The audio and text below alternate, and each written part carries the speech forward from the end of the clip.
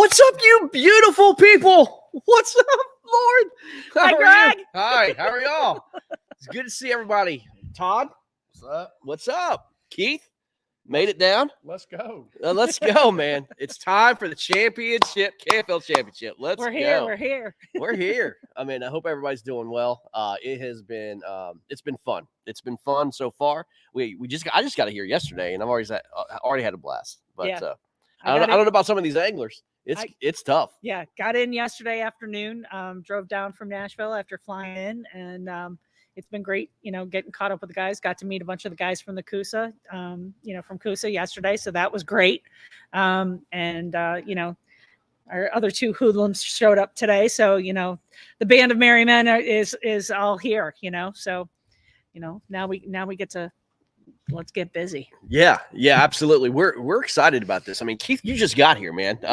Literally just got here. Stoked. Yeah, and Keith, you guys don't know, this is Keith Lambert. He's going to be assigned to the Coosa Kingfishers all this week, and he's going to be covering Coosa Kingfishers from the south. And then Todd Patrick, the lovable Todd Patrick, is with the Massachusetts Maulers, and he's going to be doing some broadcasting and helping us talk about the Massachusetts Maulers and what a run they've made to be here, man. But they're no stranger to Chickamauga. What a beautiful place. Thank you, Blue Water RV Resort. Man, this place is amazing, isn't it? Right, as I just told you, I mean, I'm going to be excited to load the camper up, bring the kayaks, bring the family up. This is a beautiful place already. Yeah, no doubt. This is gonna be fun. So we're gonna be here, basically tomorrow, tomorrow, and then obviously Saturday for the broadcast. And we're just gonna talk to fishing, man. Talk how these guys got here, get their stories, get interviews, and leading up to the big game that's coming up come Saturday. And I'll tell you, man, I saw both teams yesterday. I'll be honest with you, both of them are freaking focused. Like they're focused. They're ready to go. Like right now, they wish they can get this thing going, but they've got all week or a couple days to kind of just zone in and figure out what this figure it out. Todd, man, we got a chance to get on the water today and yesterday. And what are you hearing, man? Seems like it's a tough bite. Seems like it's definitely TVA lake, right? TVA, it's current driven, mm-hmm. And based off what kind of current is where you're gonna help find the fish. So these guys are gonna find them. These anglers are too talented to not find fish. I'd be shocked if we don't get 10 fish limits. Probably by noon. Wow. And I think we're gonna see a bunch of upgrading. I think that fishing is going to improve throughout the rest of the week as we go into like slightly a warming trend through the evening hours. So our lows are going to be coming up as we get closer to Saturday, and Saturday is going to be a great day for fishing. Looks like it's going to be 75% sunny. We're going to get occasional clouds, and it should be a good day of fishing. Yeah, Keith, what do you know about this lake, man? This is kind of a little bit in your backyard, but it's familiar. It's the conditions, Greg, are pretty familiar to what we have back home, and it's going to be something that's the Coosa Kingfishers. I expect them to have a little bit of knowledge of what they're looking at. It just left the national championship last week, and I was talking to Derek and Matthew Connett and listening to them, kind of have a conversation about this. And I think last week opened their eyes a little bit more to what's going to happen here. But it's going to be fun fishing, current driven. Weather's going to be nice. I think we're going to have a lot of fun. Yeah. Well, Lauren, sponsor for Three Bells, has been here. We literally just met yesterday at the ramp. Yep. That ramp right there. Ramp right there. Yeah, and man, we just want to thank you for all you've done. I mean, obviously, if it wasn't for you guys, this wouldn't be possible, right? Thank you. But it's been awesome. You fit right in, and I mean, it's hard to do this virtually all the time, right? Because we're always doing this virtually, but to have you in here in person, it's freaking amazing. Well, and the thing that's funny is that I've been working with the three of you guys all season long, and between yesterday and today is the first time I've actually met all of you guys in person, and it feels like you guys are all my brothers, and I feel like I've known you guys for forever, and so it's nice to finally meet you guys all in person, and but it just seems just so natural. You know what I mean? Oh, yeah. It feels like, like we're all old hats at this, and we've all been, doing this for so long, and so it's an awesome feeling. We have a great crew. we have two phenomenal teams here this weekend. It's just going to be awesome. I'm so excited. Absolutely. I mean, these guys grinded this year out. I mean, this year it's been a year of ups and downs, right? Right. I mean, the teams that, that we had very close calls of teams that just missed the playoffs, right? We have teams that, had a terrible start to the year. And then all of a sudden they kick it in high gear and, man, one of the teams is here, Right. This week, and that's the Massachusetts Maulers. Started out 0-2, you got the kicking the britches a little bit, and then next thing you know they're here. But I mean, the playoff run and the heartaches and the heartbreaks, coming so close. I think about Rhode Island, right? The Rhode Island Pennsylvania game, coming down to 2 inches, and the 16 seconds, where Frank Matalivich catches a freaking bass, where Chris Catucci thought he had the winning bass right there, Yeah. I mean, we've had some crazy finishes in the KFL this year, and some that have directly impacted the playoff run for the Massachusetts Maulers in particular.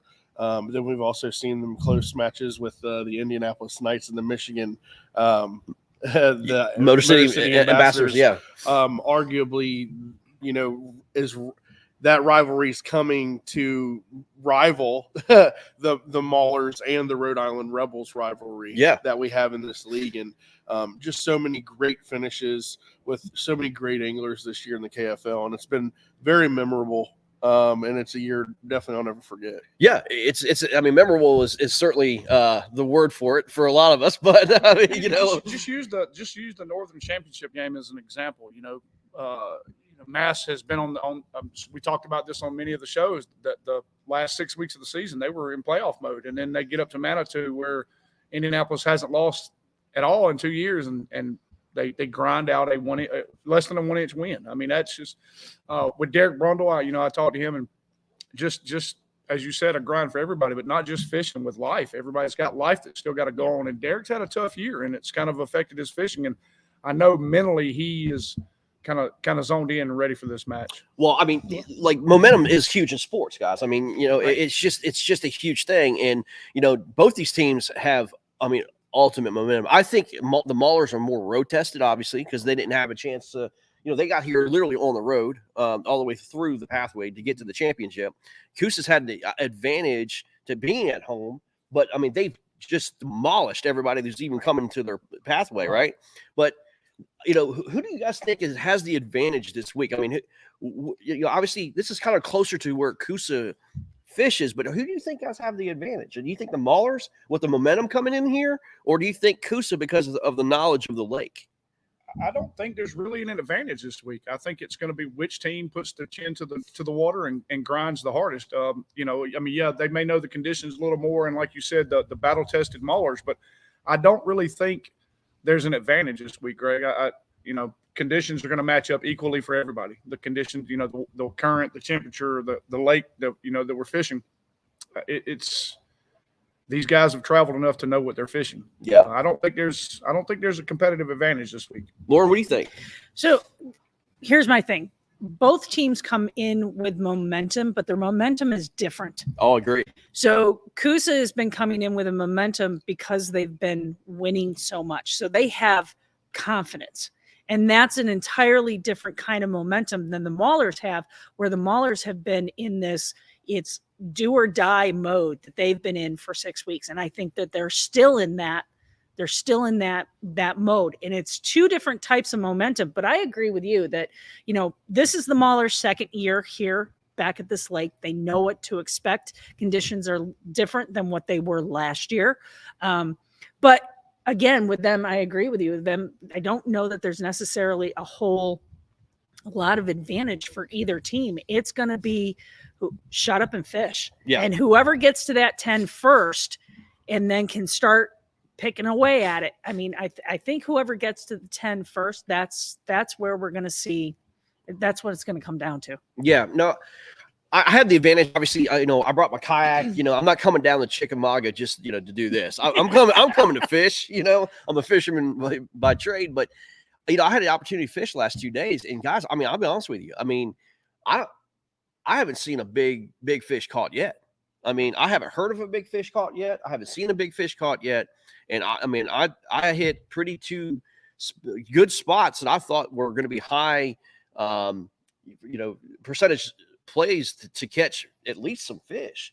And buddy, myself and Juice and we a couple other guys, we went out and fished, and I mean it's been a grind, guys. I mean, this is a grind. This is gonna be a grinder come Todd Saturday. and I were talking last week, Todd, and I think you would agree, is these fish didn't get this big from being dumb. They're in a spot, and these anglers are going to have to go find them. The fish, Greg, you've done it enough. I mean, you just went out and smashed them on the Potomac last week. So yeah, these fish, but here, we've had a pretty good drop off in temperature over the last week. The water level's down.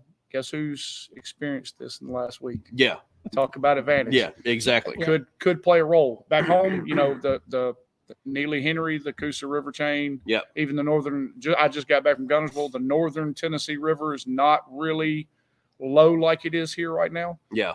But there's a couple guys that's on one of the teams that have seen that in the last week, and they might know what they're looking for. Yeah, absolutely. Todd, what do you think, man? What do you see happening here, man? I mean, what have you heard in terms of fish catches and things you've seen so far? I mean, it's like you said, it's going to be a grind.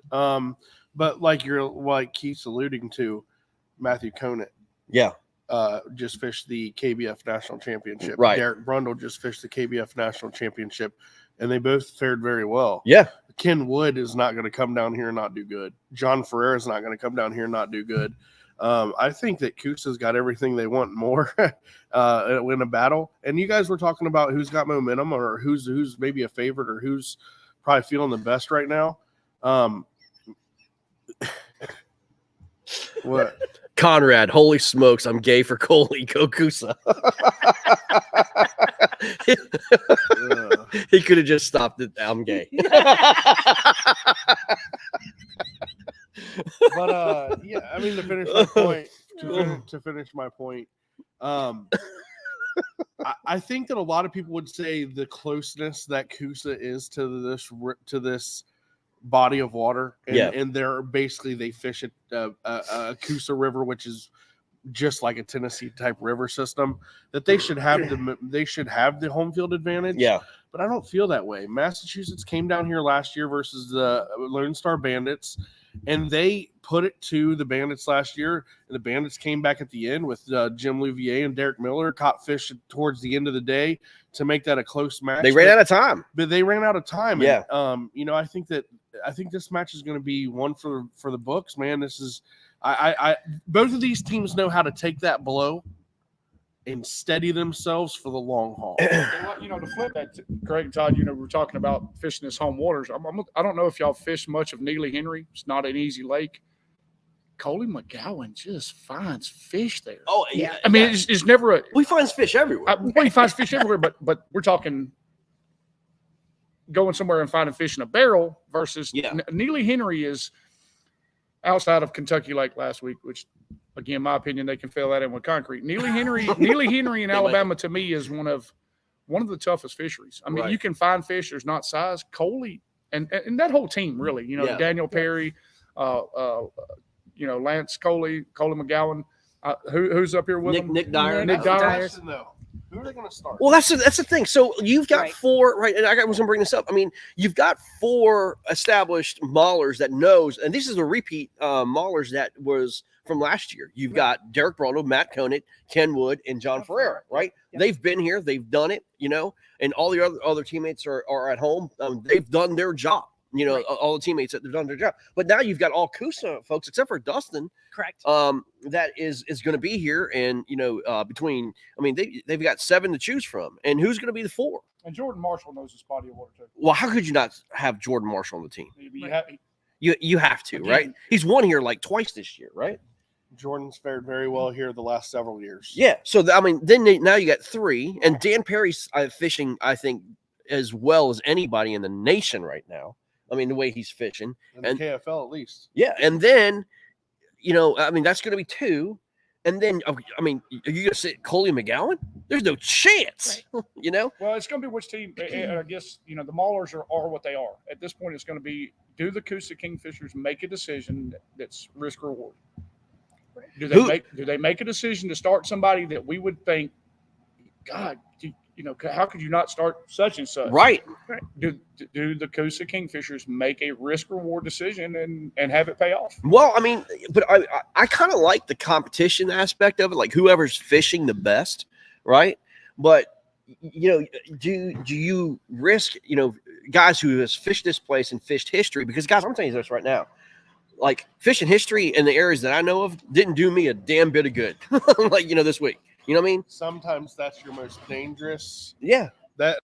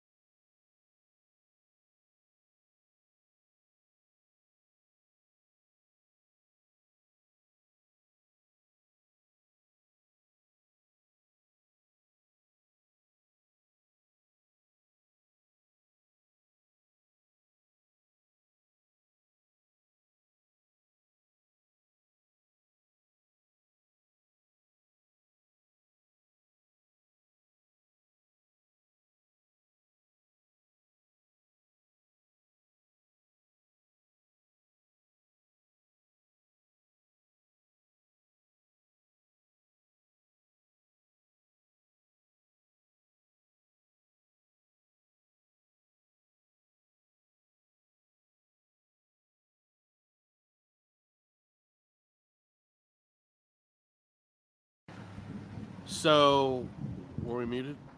It says no sound. Yeah, but we got it now. Yeah, Okay. We're good. Yep. So with Coosa having to choose 4 of 7, this is where being a teammate and being Dan Perry as the head, as the coach, Yep. you have to make the right decision. But as a teammate, if you want to fish real bad, you have to be right with your team and say, hey, I'm not on fish, but count me in. Or, hey man, I'm not feeling it this week. I'm not on anything this week. Let somebody else do it. Let somebody else do it. And that takes a lot. to come down here and to put $32,000 into someone else's hands to where you have no control over that money. That's it. Exactly. I mean, and that's the thing too. And here's another question I have for you guys. If you guys are strategizing, would you spread your team out across the lake? This, I mean, look, dam to dam, this is a big lake. Would you spread your team, like, all four of you guys just go somewhere, wherever you're catching fish, or do you pair them up, or do you put all four together? Definitely don't put all four together. No. But that's what Maulers did last year. Maulers did that last year. They were won more like 2 and 2 though. No, they all launched from the same ramp, and they all went together right there. Yeah, I mean, if the lake's fishing stingy, I don't know if it's going to be fishing that stingy to where you got to go all four to one ramp. You put all your eggs in one basket, you're setting yourself up for potential catastrophic failure. They did that last year, but I don't think I'm not entirely sure that that's the strategy that they've used so far this year, right, coming back down here. I think they took the information that they got last year and used that as their jumping off point, and have expanded so that they have additional places. I mean, it's kind of the gist that I've gotten from them, that I think they all ended up in almost different places last year. They might have all launched from the same ramp, or close to the same ramp, but they went.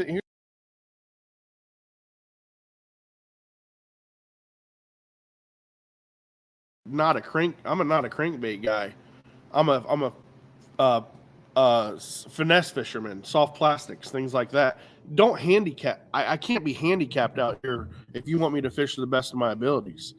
So, but a good angler should be able to adapt, right? And that's why these two teams, the Coosa Kingfishers and the Massachusetts Maulers, are here, is because they have great anglers that can adapt to different types of bodies of water. And I'm excited to see what happens, because it's going to be great. I think here's the issue I see it coming up for both teams. Who is going to be able to survive when they don't pull the current? Because that destroyed Lone Star last year. Like, they were pre-fishing, they caught a ton of fish when the current was pulling, right? But they didn't adapt when the current wasn't pulling. Those fish were not there. They were there maybe. They didn't fire up, right? Who is the team is going to be able to fish this place and catch those, that bag when they're not pulling that current, man? That's going to be the key. Two things we talk about, kind of back to your previous question, Greg, when you was asking about, do you split up? Fishermen always talk about reloading. It's harder to find out if something's reloading by yourself. Right. So you put, in my opinion, you go out maybe 2 and 2, and they've got 7 here. They could go 2, 2, 2, and 1, and just have whoever that one is finding stuff. You never know what they're thinking, but it's finding the fish that reload. Because if you can't get them to repeat, you're not catching in numbers. Right. The second thing about that, this water without current, there's a lot of dead water back home that hold a lot of good fish. Yeah. I've never fished up where Massachusetts has fished at. I don't know those waters, but I can tell you this: I know how to find fish in dead water. And I think Massachusetts can do that too. Yeah. I mean, when you think the bodies of water that they fish on a regular basis, I think they're equally adept at fishing both current and non-current. And I think that they'll be able to handle that transition without much difficulties. Well, that's what I'm saying. I think that, that when I say active target could come into play, that's what I'm talking about, is if the current is not running, they're going to find those areas, in spots that maybe, I mean, I don't know if it's going to be main river or where, somewhere, maybe off a ledge or something, where those kind of like a Kentucky lake, you know what I mean? Where those fish may be jumbled and you find a pile of them and you just work those fish all day long without having the current affected too much. You know what I mean? Yeah. I mean, that's where I think, utilizing technology like active target or live scope is going to be the advantage, Yeah, I mean, you can definitely tell that they're pulling water right now, and we can look out here in this little cove right here, and you can see the water's coming out to the main river, out to the channel. Yeah. I mean, does it stay consistent? I mean, that's another thing. You got to do your due diligence on the Tennessee River system, is check those dams, the reports. What are they pulling? What are they bringing in? Yeah. Tailwater is fishing good. tail races, anything like that, So these guys are going to do it. They're going to do it well, and I have no inclination that it's going to be anything other than that. They said they would keep on losing sound. It sounds like we're good now. It might, guys, it might be my fat finger moving the microphone and hitting the mute button, I guess. But anyway, all right. Well, as I said, but yeah, it's going to be very interesting, guys. I mean, it's going to be very interesting. And again, we're going to get into head-to-head matchups, come tomorrow. We're going to look at and we'll know who from Coosa is going to go, right? And then we're going to have an opportunity to go, like I look breaking these teams down and look at these head-to-head matchups like a Derek Brundle versus a Coley McGowan or something. I think that would be a tremendous matchup kind of ordeal. Ken Wood versus like a Coley McGowan or something like that. We can really break those down. But I mean, it's gonna be an exciting week, man. Come Saturday and figure this thing out. But the old chick, man, she's fishing tough, and but I think it's a good challenge. I think both teams, like Todd said, is gonna get limits. That didn't happen last year. Lone Star didn't catch a limit. They had 9 fish. Yep. And so they were 1 short. And if they would have caught that 1 fish, the scoreable bass, they would have won. Yep. You know what I mean? So because I remember sitting there watching Derek Brundle all floated, sitting there waiting to hear if there was another fish coming in, because I think they submitted 2 or 3 late. Yeah. Because Bandits, I think, only had 6 fish. And they caught them lines out the last half hour. Right. Yeah. So those fish came in late because when you're fishing and it's coming down to the nitty gritty, you're not worried about submitting them fish, right? No. But hopefully we can give you guys some better reporting this year on what's going on out there with me and Keith, hopefully getting out on the water with these guys and seeing what's going on, give you guys more breakdown live. Like you said, Keith's going to be with the Coosa Kingfishers, giving you guys some behind the scenes. And I'm going to be giving you guys that Mass Maulers vibe, and we're gonna do it up for you guys this week. Yeah, it's gonna be good. As I said, we're excited about it. Me and Lauren are going to sit here and broadcast from the desk, But these guys get a chance to get on the water with these guys come Saturday. But guys, I want you to stay tuned. This is just the first live from Chickamauga with this crew. We want to just tell you, hey, we're here. And we're going to do a lot more breakdown here come tomorrow. And then Saturday, obviously, we're going to have full day coverage from 7 to 2. We're going to be broadcasting the entire tournament as it goes on. And then we'll do a trophy presentation that evening. And it's going to be a fun week. I'm so glad about it, man. This is going to be great, And again, we're just getting started. We're just getting started. So, y'all, thanks for joining us here this afternoon or this evening. Man, wish them the best. Reach out to these anglers. They're going to need all the encouragement that they can get, and all their fans and friends and family and all that stuff back home. Reach out to them, give them a little uplifting. They're going to need it. It's after these tough days. Yeah. So but anyway, guys, thank you all for joining us. We will see you tomorrow. Take care. Bye-bye.